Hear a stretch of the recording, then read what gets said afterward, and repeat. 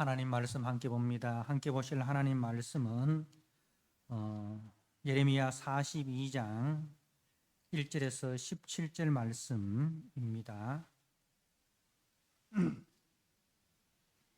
예레미야 42장 1절에서 17절 말씀.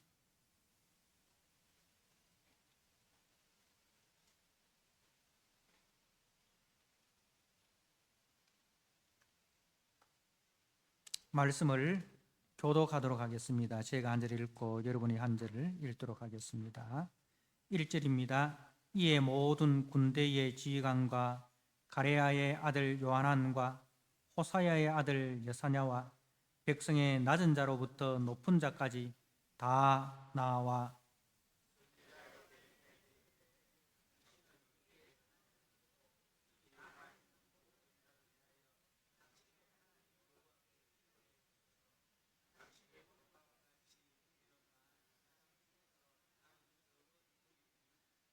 당신의 하나님 여호와께서 우리가 마땅히 갈 길과 할 일을 보이시기를 원하나이다.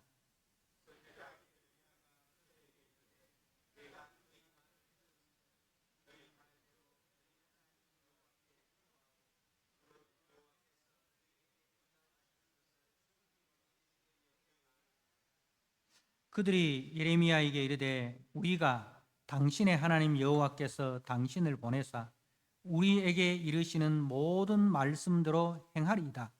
여호와께서는 우리 가운데에 진실하고 성실한 증인이 되시옵소서.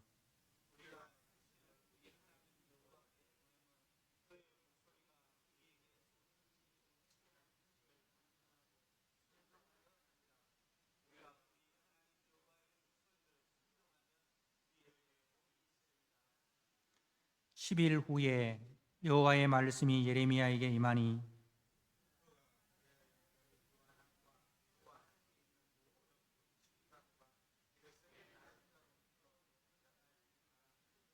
그들에게 이르되 너희가 나를 보내어 너희의 강구를 이스라엘의 하나님 여호와께 드리게 하지 아니하였느냐?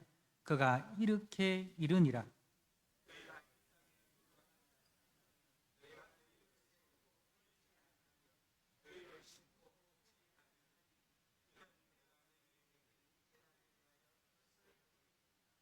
여호와의 말씀이니라. 너희는 너희가 두려워하는 바벨론의 왕을 겁내지 말라. 내가 너희와 함께 있어 너희를 구원하며 그의 손에서 너희를 건지리니 두려워하지 말라.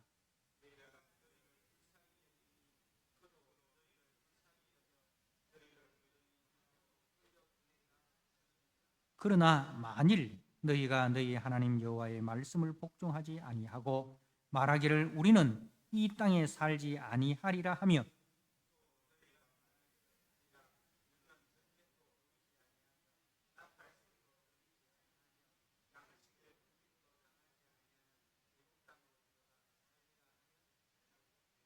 '너희 유다의 남은 자여 이제 여호와의 말씀을 들으라. 만군의 여호와 이스라엘의 하나님께서 이와 같이 말씀하시되 너희가 만일 애굽에 들어가서 거기에 살기로 고집하면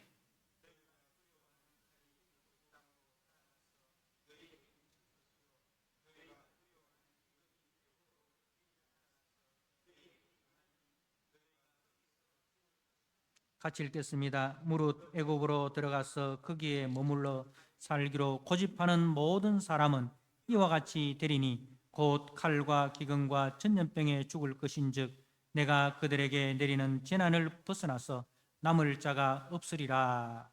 아멘. 예, 오늘 이제 본문의 말씀의 배경은 이렇습니다. 이제 우리가 예레미야서를 읽으면 예레미야는 이제 남쪽 유다가 멸망당할 때 부름 받은 선지자입니다. 이제 예레미야와 에스겔 선지자가 동시대 선지자인데 예레미야는 이제 예루살렘 멸망 시기 그 요시야 왕이 죽고 요시야의 제 아들들과 이제 손자 이 4대에 걸쳐서 이제 그야말로 이제 쇠퇴기, 완전 내리막길이 됩니다. 그때 예레미야가 부름을 받았고, 에스겔 선지자는 이제 그 바벨론 포로로 잡혀 가는 이제 상황, 예루살렘이 멸망당하고 바벨론 포로로 잡혀가는 그 상황에서 이제 기록된 말씀이고, 다니엘서는 바벨론 포로 1차 포로에 이제 잡혀가서 이제 바벨론에서 기록한 제 말씀입니다. 예레미야는 이제 계속적으로 이제 예루살렘은 더 이상 소망이 없다. 하나님께서 그 예루살렘의 죄에 대해서 심판하시기로 작정하셨다. 그 심판의 도구는 바벨론이다. 바벨론은 하나님의 징계의 막대기가 되어서 예루살렘을 함락시킬 것이다. 그러므로 그 하나님의 뜻을 순수히 받아들이고 하나님의 징계를 받고 이제 돌아서라는 것이 한결같은 메시지입니다. 그런데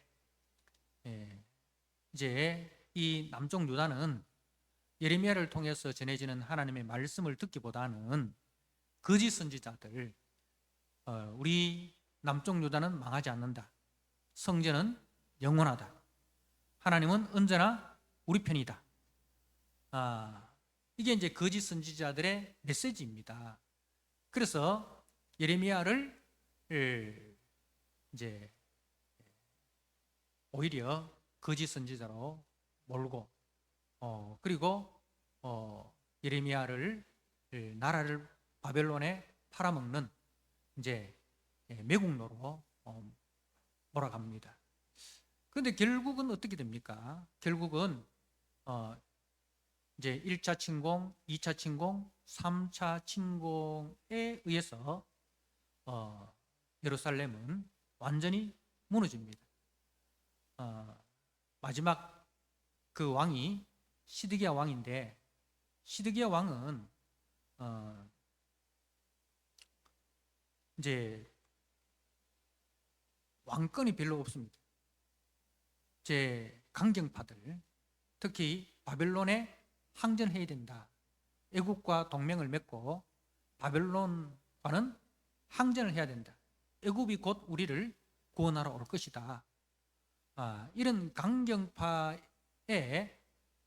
의해서 자신의 주장을 명백하게 펼치지 못합니다.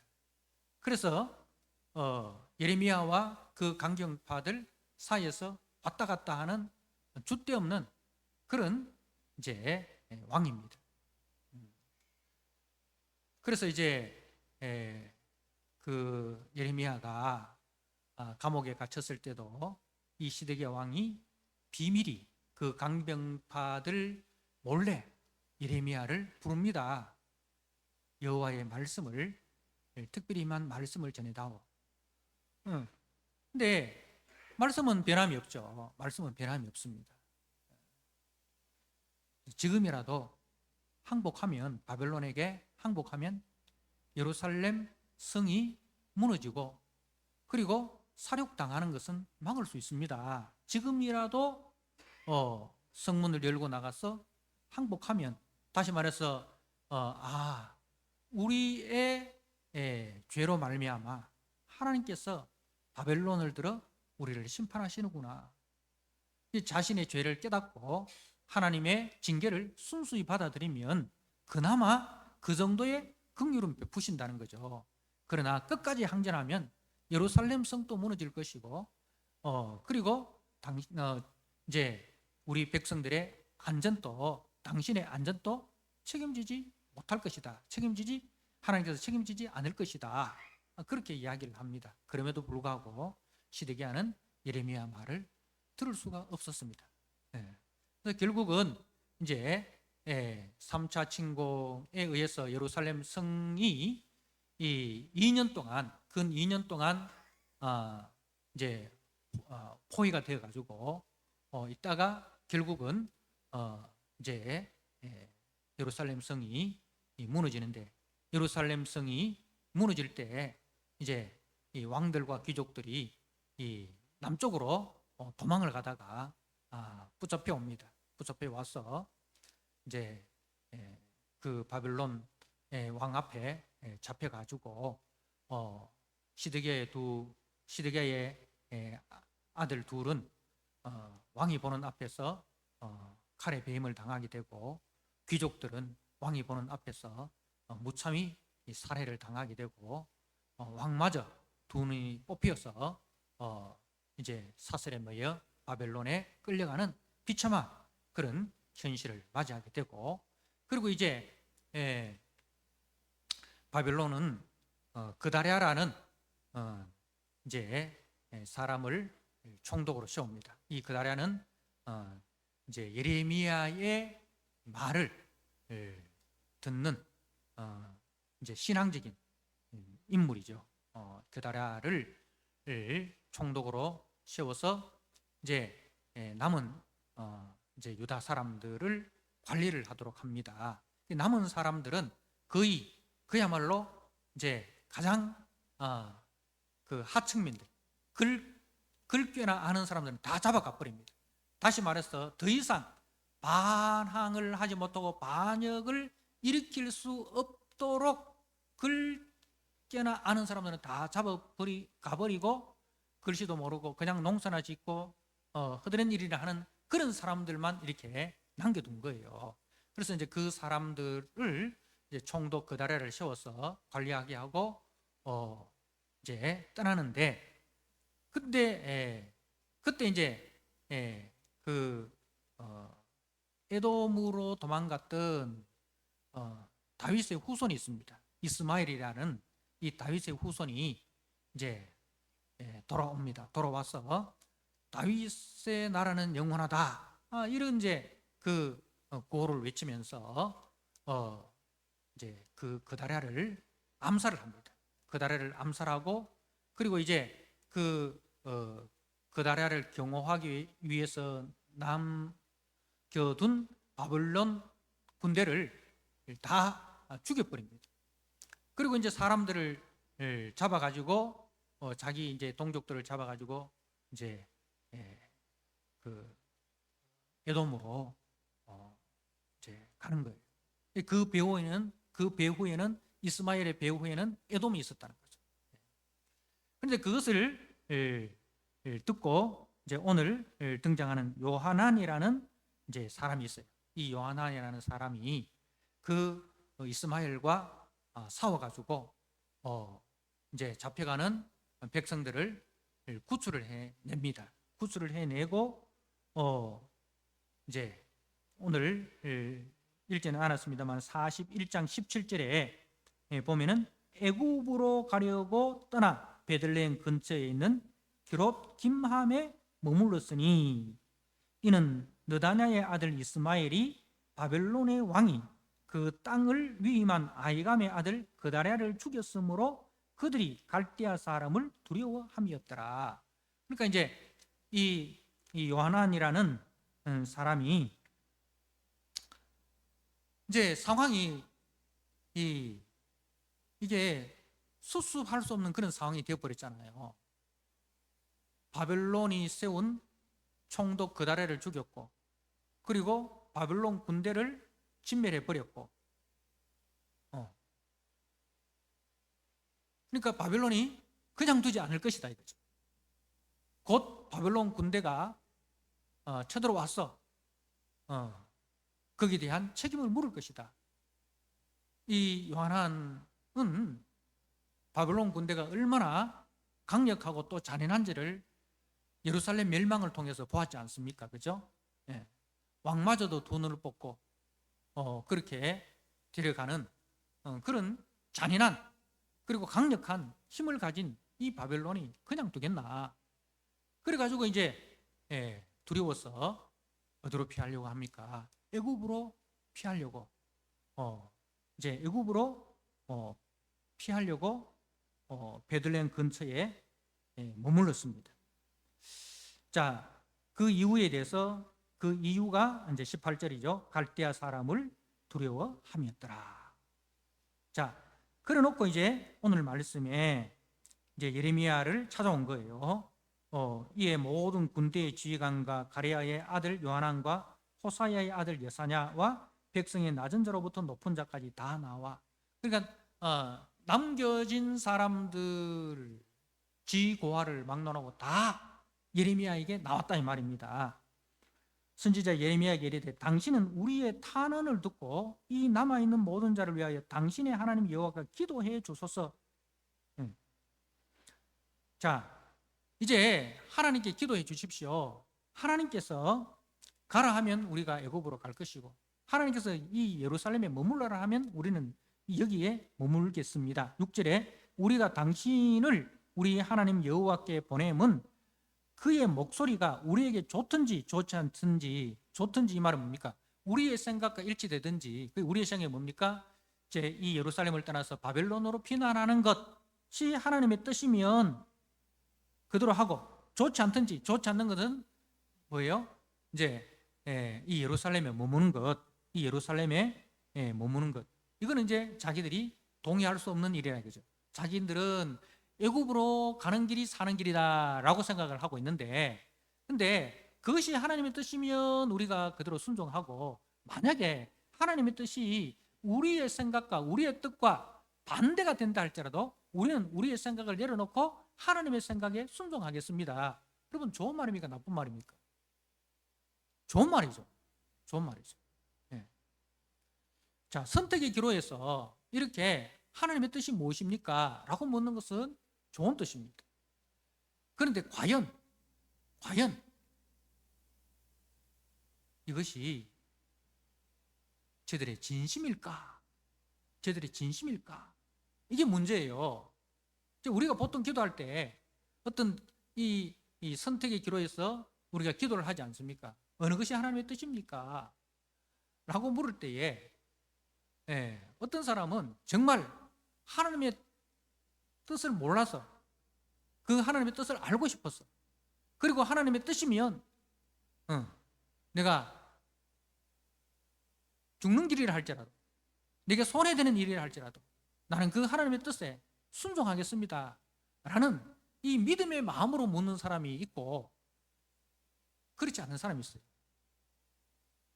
그렇지 않은 사람은 어떤 생각입니까? 내가 생각하는데 하나님이 동의해주면 천만다행이고, 만약에 하나님이 동의 안 해주면 나는 내 길 가겠다. 내 길 가겠다. 이런 사람이 있어요. 이미 자기 길을 정해놓고 거기에 하나님께서 동의해달라는 거예요. 동의 안 해주면 나는 내 길 가겠다 는 것이 오늘 이 사람들의 마음입니다. 여러분, 기도는 뭐예요? 기도는 우리가 하나님의 뜻을 묻는 거잖아요. 그죠? 그럼 하나님의 뜻을 묻고 하나님의 뜻이 말씀을 통해서 우리에게 주어지면 우리는 어떻게 해야 됩니까? 내 뜻과 내 생각을 내려놓고 하나님의 뜻과 하나님의 순정, 하나님의 그 생각에 나를 복종시키는 것이 기도의 목적입니다. 그것이 내 상식적으로는 이해가 되지 않는다 할지라도, 또 그것이 내게 손해가 된다 할지라도 하나님의 뜻이면 우리는 순종해야 되는 거죠. 그게 이제 기도의 사람인데, 근데 과연 이 사람들은 그럴까 하는 거죠. 자, 이미 이 사람들은 애굽으로 가려고 이미 마음이 썼어요. 마음이 썼고, 그리고 또 누구를 두려워하고 있습니까? 갈대아 사람을 두려워합니다. 누구에 대한 두려움보다, 하나님에 대한 두려움보다 사람에 대한 두려움이 더 큰 거예요. 그러니까 하나님에 대해서 과소평가하고 있다 이 말입니다. 자, 그리고 이 사람들이 하나님에 대해서 어떻게 부르고 있습니까? 2절에 당신의 하나님 여호와께, 3절에 당신의 하나님 여호와께서, 이렇게 하나님을, 누구의 하나님? 예레미야의 하나님. 하나님은 예레미야 말은 잘 듣는 것 같아. 하나님은 예레미야하고는 가까운 것 같아. 내하고는 좀 멀고 예레미야하고는 가까운 것 같아. 하나님은 그런 분입니까? 하나님은 누구와는 가깝고 누구와는 멀고 그런 분입니까? 아니잖아요. 그런데 이 사람들은 그런 생각을 갖고 있는 거예요. 왜? 한 번도 기도해서 기도해 본 적도 없고 또 기도해서 응답 받아본 적도 없고 그러니까 하나님에 대해서 멀리 있는 분, 하나님, 나의 하나님은 아니야. 당신의 하나님, 예레미야의 하나님, 목사님의 하나님, 응답 받는 사람의 하나님, 이런 생각을 갖고 있다. 여기에 대해서 예레미야는 뭐라고 이야기합니까? 4절에 너희 하나님 여호와께 기도하고 너희 하나님. 예레미야의 하나님이 아니라 우리의 하나님이라는 거죠. 너희 하나님도 되고 나의 하나님도 되고. 그래서 그 뒤에 6절에 이제 이 사람들이 하나님에서 바뀌어지죠. 우리가 당신을 우리 하나님 여호와께 보내면 하나님은 이제 호칭이 바뀌죠. 우리 하나님 여호와라고 부르고 있습니다. 여러분, 하나님에 대해서 어떻게 생각하고 계십니까? 나의 하나님입니까? 나의 목자입니까? 나의 아버지십니까? 그렇습니다. 여러분의 하나님이십니다. 여러분의 아버지시고 여러분의 목자이십니다. 거기에 대해서 확신이 있어야 됩니다. 하나님을 멀리 계신 누구누구의 하나님 이렇게 생각하지 마시고 나의 하나님, 그리고 우리의 하나님. 자, 그리고 이제 7절에 10일 후에 여호와의 말씀이 예레미야에게 임하니. 자, 기도 응답이 10일 후에 주어졌습니다. 10일 후에 주어졌습니다. 10일이라는 시간이 걸렸다는, 기도 응답의 시간이 10일이라는 시간이 걸렸습니다. 자, 예레미야에게 임하니 예레미야가 어떻게 합니까? 다 부르고 그리고 그가 이렇게 이르니라. 자, 예레미야는 하나님의 말씀만을 전하는 사람. 10일이 임하였다는 것은 가만히 생각해보고 내 생각은 이런데 그걸 내 생각을 가지고 하나님이 이렇다라고 말하는 사람이 아니라 10일 동안 하나님께서 응답해 주지 않고 10일 때에 하나님이 응답해 주시니까 그때까지 기다리고 하나님의 말씀을 듣는 거예요. 끊임없이 하나님의 말씀을 듣는 거예요. 하나님의 응답이 주어질 때까지, 하나님의 응답이 주어질 때까지 우리는 기다려야 됩니다. 기다리지 못하면 안 됩니다. 기다리지 못하고 자기 생각대로 하다가 야단 맞은 사람이 누굽니까? 사울. 그죠, 사울. 사무엘이 올 때까지 기다려야 했는데 기다리지 못하고 상황이 급박해지니까 자기가 나섰어. 신앙은 기다립니다. 응답이 주어질 때까지 기다리는. 그래서 이제 그가 이렇게 이르니라. 하나님의 말씀이 주어진 때 예레미야는 주어진 말씀만 전합니다. 주어진 말씀만 전합니다. 자, 그리고 이제 이야기를 합니다. 11절에 여호와의 말씀이니라. 너희가 두려워하는 바벨론의 왕을 겁내지 마라. 너희가 두려워하는 바벨론 왕을 겁내지 마라. 내가 너희와 함께해서, 내가 누굽니까? 여호와 하나님. 여호와 하나님이 너희와 함께해서 너희를 구원하며 그의 손에서 너희를 건지리니 두려워하지 말라. 내가 너희를 불쌍히 여기리니 그도 너희를 불쌍히 여겨 너희를 너희의 본향으로 돌려보내리라. 이게 하나님의 뜻입니다. 하나님의 말씀입니다. 자, 바벨론 왕을 겁내지 마라. 내가 너희와 함께 있어 너희를 구원하며 그의 손에서 너희를 건지리니 두려워하지 말라. 두려워 말라, 놀라지 말라. 내가 너와 함께함이라.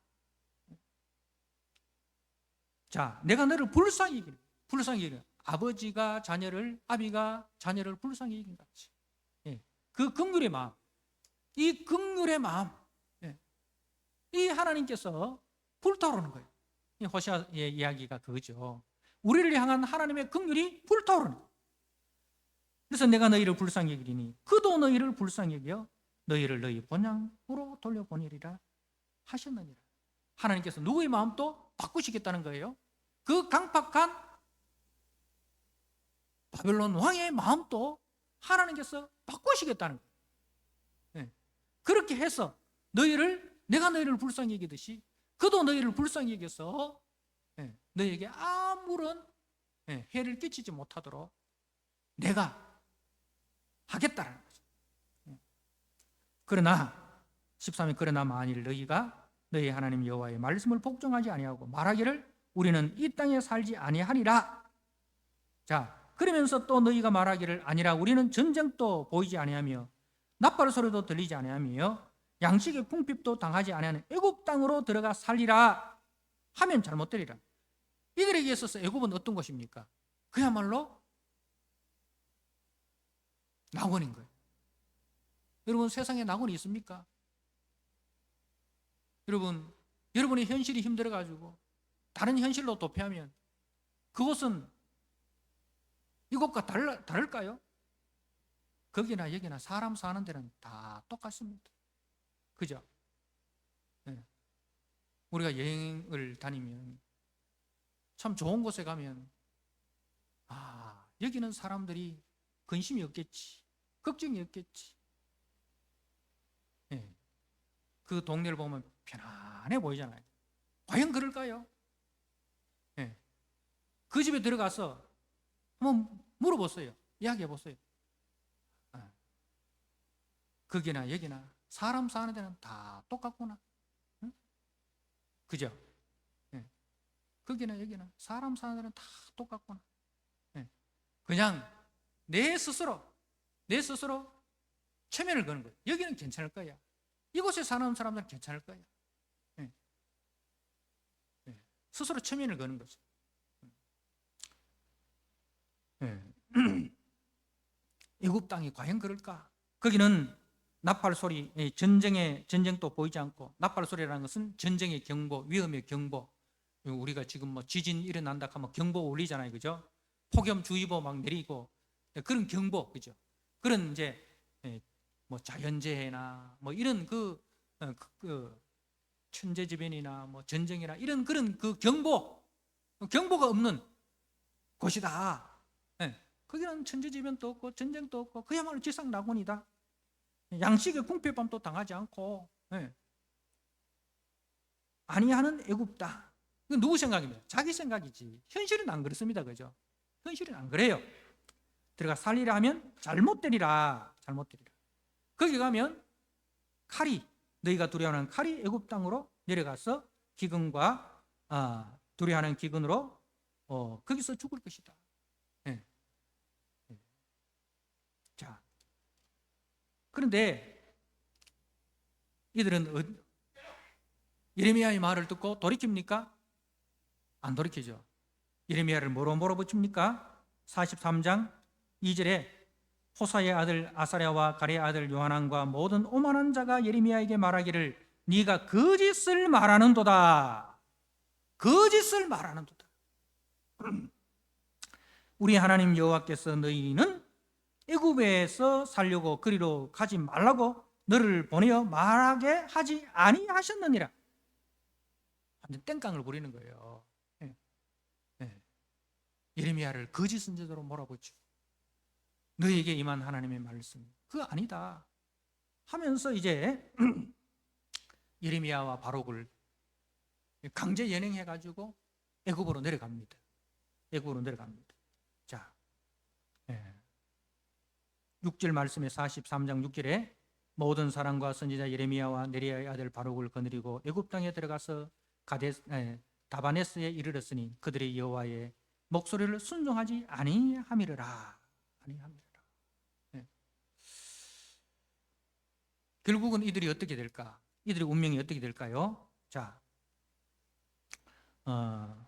이들의 운명이 이제 오늘 매일성경 본문 44장 15절에서 30절 말씀을 보면 그 뒤에 29절 말씀을 보십시오. 44장 29절에 여호와의 말씀이니라 내가 이곳에서 너희를 벌할 표징이 이것이라 내가 너희에게 재난을 내리리라 한 말이 반드시 이루어질 것을 그것으로 알게 하리라. 보라, 내가 유다의 시드기야 왕을 그의 원수 곧 그의 생명을 찾는 바벨론의 느부갓네살 왕의 손에 넘긴 것 같이 바로 애굽의 바로 호보라 왕을 그의 원수들 곧 그의 생명을 찾는 자들의 손에 넘겨주리라. 여호와께서 이와 같이 말씀하셨느니라. 네. 여러분, 이제 표징이라는 것은 뭐예요? 일이 일어나기 전에 전조증상을 표징이라고 합니다. 자, 너희가 망한다는 것을 어떻게 하나님께서 보여주시느냐면은 저들이 의지하고 갔던 애굽의 바로 호보라 왕이 죽임을 당하는 거예요. 호보라 왕만 믿고 내려갔어요. 근데 그 호보라 왕이 대적들에 의해서 암살당해버리는 거예요. 그러니까 그 호보라 왕은 뭐예요? 썩은 동아줄인 거라. 썩은 동아줄. 너희들이 붙잡은 그 호보라가 아니고 호보라. 이 호보라가 썩은 동아줄인 거예요. 썩은 동아줄. 사랑하는 성도 여러분, 하나님 외에는 피난처가 없습니다. 오늘 우리가 시편 말씀에도 봤지만은 오른쪽을 살펴봐라. 사면을 둘러봐도 피난처는 누구뿐입니까? 여호와 하나님이 피난처시고 여호와 하나님만이 우리의 분기시다. 다윗의 고백 아닙니까? 그래서 우리가 예레미야서를 통해서 분명히 기억해야 될 것은 하나님만이 우리의 피난처시고 하나님만이 우리의 분기시입니다. 하나님께로 돌아가는 자는 살 것이고 하나님을 떠나는 자는 반드시 망할 것이다. 세상이 아무리 화려하고 세상이 아무리 아름다워 보이고 세상이 아무리 힘 있어 보여도 세상은 썩은 동아줄에 불과하다. 이런 사실을 꼭 기억하시고 항상 선택의 기로에서 하나님을 붙드시는 지혜가 저와 여러분의 있기를 주님의 이름으로 부탁드립니다. 하나님 아버지, 하나님의 심판이 분명히 보여주셨음에도 불구하고 이스라엘의 남은 자들은 선택의 기로에서 하나님을 붙들지 않고 썩은 동아줄을 붙들었습니다. 저들은 하나님보다도 애굽을 피난처로 삼았고 하나님보다도 애굽을 저들의 유업으로 삼았습니다. 그런데 그것이 일장춘몽에 끝나버리고 썩은 동아줄이라는 것을 얼마 후에 깨달았습니다. 그때는 이미 늦었습니다. 하나님 아버지, 지금은 은혜 받을 때고 지금은 구원의 날이라 하였습니다. 지금이 지나가면은 더 이상 은혜의 날도 구원의 날도 없고 심판의 날만 있다는 사실을 꼭 기억하고 오늘 해야 될 일을 내일로 미루지 말고 오늘 순종해야 될 일을 내일로 미루지 말고 오늘 해야 될 일을 반드시 오늘 우리가 순종하고 결단하는 믿음의 사람 되게 하여 주옵소서. 예수님께 하신 이름으로 감사하며 기도드리옵나이다.